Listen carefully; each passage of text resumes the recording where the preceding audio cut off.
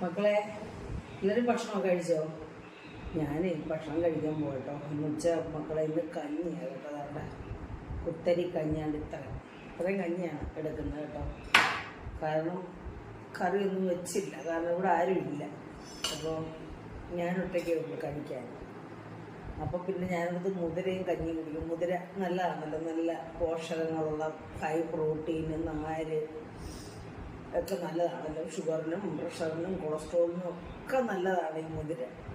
അപ്പോൾ ഇടയ്ക്കിടയ്ക്ക് ഞാൻ മുതിര, എനിക്ക് ഭയങ്കര ഇഷ്ടമായി മുതിര തോരൻ കേട്ടോ. മുതിര എങ്ങനെ വെച്ചാലും ഇഷ്ടം. മുതിര ചാറ് കറി വെച്ചാലും പിന്നെ ഉലർത്തിയാലും തോരൻ. ഇതിപ്പോൾ തേങ്ങയും ഒക്കെ ചതച്ച് ചേർത്ത് കുരുമുളകും ഒക്കെ ഇട്ട് തോരൻ തയ്യാറാക്കി മക്കളെ.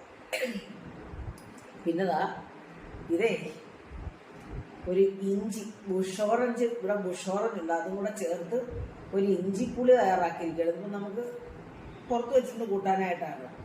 ഒരു ശകലം ഈ കഞ്ഞിക്ക് ഒരു ടച്ചിങ്ങിന് വേണ്ടി ഉണ്ടാക്കണം. അതല്ല ഞാൻ ഒരു ടച്ചിന് വേണ്ടി ഇത്ര നമുക്ക് അധികമൊന്നും കൂട്ടാൻ പറ്റത്തില്ല കേട്ടോ മക്കളെ. അസിഡിറ്റി ഉള്ളതുകൊണ്ട് ഒരു ടച്ചിങ്ങിന് വേണ്ടി ഒരു ശകലം ഞാൻ എടുത്തു. അപ്പോൾ ഇതിങ്ങനെ മാറ്റി വെക്കാം, അല്ലെങ്കിൽ പിന്നെ ഞാനെടുത്ത് കഴിക്കും. അപ്പം ഞാൻ കഞ്ഞി കുടിക്കട്ടെ മക്കളെ.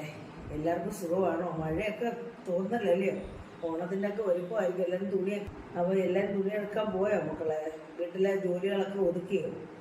അപ്പോൾ മക്കളെ ശരി മക്കളെ, ഞാൻ ഈ കഞ്ഞി രണ്ട് മുതിര ചേർത്ത് ഇങ്ങനെ കുടിക്കട്ടെ.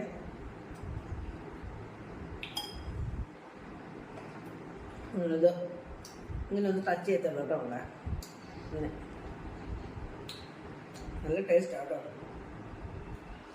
ബുഷോർ ഉണ്ടെങ്കിൽ ഇങ്ങനെ ചെയ്യാൻ നല്ല നാരങ്ങയുടെ ഇഞ്ചിയുടെ ഒരു ടേസ്റ്റാണ്. അപ്പം ശരി മക്കളെ.